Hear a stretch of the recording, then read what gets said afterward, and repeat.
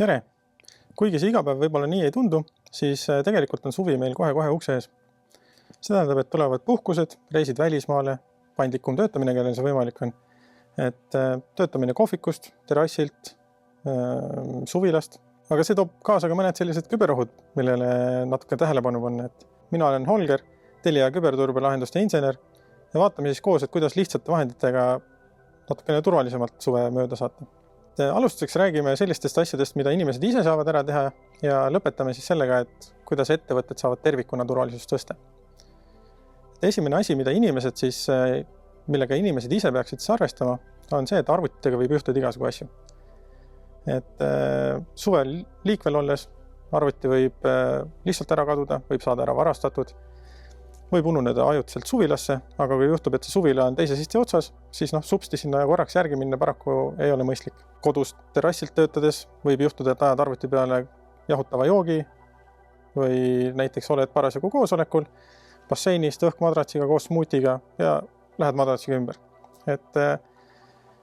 Tuleb siis seista selle eest, et päevatöö kaduma ei läheks või nädalatöö või kuutöö ja seda saab teha sellega, et mitte hoida oma tähtsaid dokumente ainult selles ühes arvutis.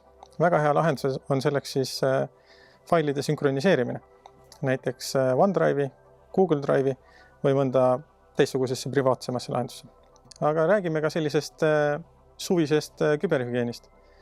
Üks selline suvine tegevus on kindlasti surfamine. Eestis spordialana alles populaarsust koguv, aga üks viis, kuidas küberkurjategijad surfamist harrastavad, on üle õla surfamine. See siis tähendab seda, et kui teed kaugelt tööd mõnusasti suvel kohvikus, oled oma arvutit just avamas ja küberkurjategija seda märkab, siis ta haarab taskust telefoni ja hakkab filmima. Ja ta ei filmi siis seda selleks, et näha, kui graatsiliselt sa seda arvuti kantavad, aga selle jaoks, et salvestada videolindile sinu kasutajanimi ja parool. Ja seda saab siis hiljem ära kasutada mitmel viisil. Näiteks seda sama kasutajanime ja parooli kasutades ettevõtte teenustele sisse logides või sinu postkasti sisse logides. Või siis, kui sa lähed hiljem kohvikus järgmist koogitükki võtma, jalutab see pätt sinu arvutiga sealt kohvikust minema. Ja see tähendab, et sellel pätil on nüüd olemas sinu arvuti ja viis, kuidas sinna sisse logida. Ja ligipääs kõikidele nendele andmetele, mis seal asuvad. Lihtne viis, kuidas ennast siis sellise üleala surfamise eest kaitsta, on see, et kui sa hakkad arvuti sisse logima, siis vaata korra ringi, et mis ümber toimub.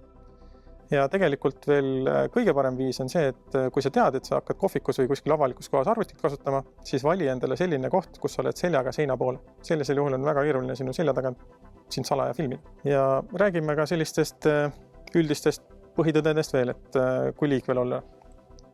Siis kindlasti peaks eelistama mobiilset internetti siis avalikele wifi punktidele. Mobiilse interneti puhul sa üldiselt tead, kes selle mobiilse interneti pakkuja on. See on tõenäoliselt mõni Eesti mobiilioperaator. Aga wifi puhul ei ole see nii kindel. Kodus sa tead, see on sinu wifi sinu parooliga. Sõbra juures samamoodi, kontoris ka. Aga kui sa nüüd lähed kohvikusse ja seal on wifi nimega minu lemmik kohvik, tasuta wifi, siis see võib olla selle kohviku wifi. Aga samamoodi see võib olla ükskõik kelle teise seal kohvikus viibija, mõne küberkurjategija wifi, kes siis selle wifi kaudu ootab, et keegi sinna tasuta interneti kasutama läheks ja vaatab, mis kasutajanimesid ja paroole krüpteerimata ühenduste puhul kasutatakse, kus üldse internetis käiakse, või siis on võimalik väga usutavaid petulehekülgi kasutada ja sind otse sinna suunata. Ja kindlasti ei tasu ära unustada ka pettuseid. Meie küll suvel tihtipeale puhkame, aga pätid kahjuks kollektiivpuhkusele ei lähe. Ja petukirjad ning õngitsuskirjad on suvel kindlasti populaarsed. Inimesed on rohkem mõtetega hajevil ja võib-olla altimad siis erinevatele linkidele klikkima. Kui sa näed, et postkasti on saabunud siis selline kiri, mida sa ei oodanud, näiteks palutakse teha mõni ülekanne, avada mõni tähtis dokument või minna mingile olulisele lingile, siis võta hetkeks aeg maha. Loe seda kirja põhjalikumalt, vaata, kas seal on ohumärke ja vaata, kes on selle kirja tegelik saatja. Ja võimalusel siis helista üle kirjasaatjale. Küsi, et kas päriselt ka on selline tegevus vaja teha, nagu seal kirjas on. Ehk siis lihtne põhimõte, nagu tee ületamisel. Peatu ja vaata. Ja nüüd lähme siis sellise ettevõtte vaate poole, et kuidas terviklikumalt turvalisust tõsta. Me juba põgusalt mainisime küberhügieeni. Et üks võimalus on kindlasti see, et loota, et inimesed ja töötajad siis iseseisvalt õpivad küberhügieeni ja harivad ennast ja tuletavad endale regulaarselt seda meelde. Aga see ilmselt väga hästi ei tööta. Et parem oleks see, kui ettevõttel on endal selline küberhügieeni koolituste platvorm, kus siis töötajad saavad ja peavad regulaarselt endale olulisi punkte meelde tuletama. Et kui ettevõttel endal sellist platvormi ei ole, siis võib selle teenusena sisse osta, kas või Telialt. Ja nagu me enne rääkisime siis võimalikust kasutajanime ja paroolilekkest, siis kindlasti on oluline ka ettevõtte poolt tagada, et välisvõrgust ligipääsetavad teenused oleks mitmetasemelise autentimisega kaitstud. See tähendab seda, et kui ikkagi juhtub, et mõni kasutajanimi ja parool lekkima läheb või lekib, et siis ainuüksi sellest ei piisa, et ettevõtte sisevõrku pääseda.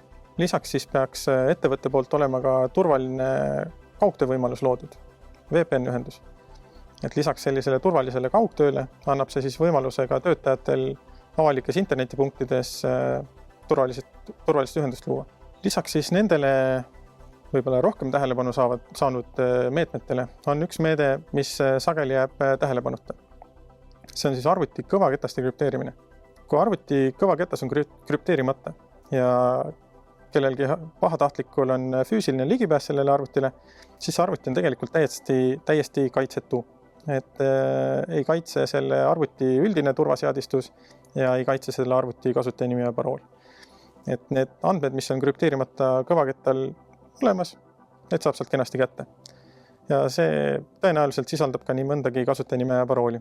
Kuigi see krüpteerimise teema kõlab kindlasti natukene keerukamalt, siis tegelikult kui ettevõttel on juba kasutusel Telia hallatud töökohtade teenus või arvuti küberkaitse teenus, siis on kõvaketta krüpteeringu seadistamine selline mõne kliki küsimus.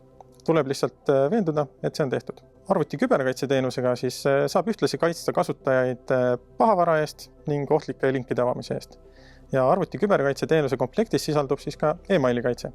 Et see on eriti hea võimalus, et vähendada ohtlike kirjade sattumist kasutajate postkasti. Ehk siis ohtlikke linke või manuseid sisaldavad kirjad korjatakse kasutajate postkastist ära juba enne, kui kasutajad ise neid näevad. Ja need ongi siis minu suvised küberturbe näpunäited ja turvalist ja mõnusat suve.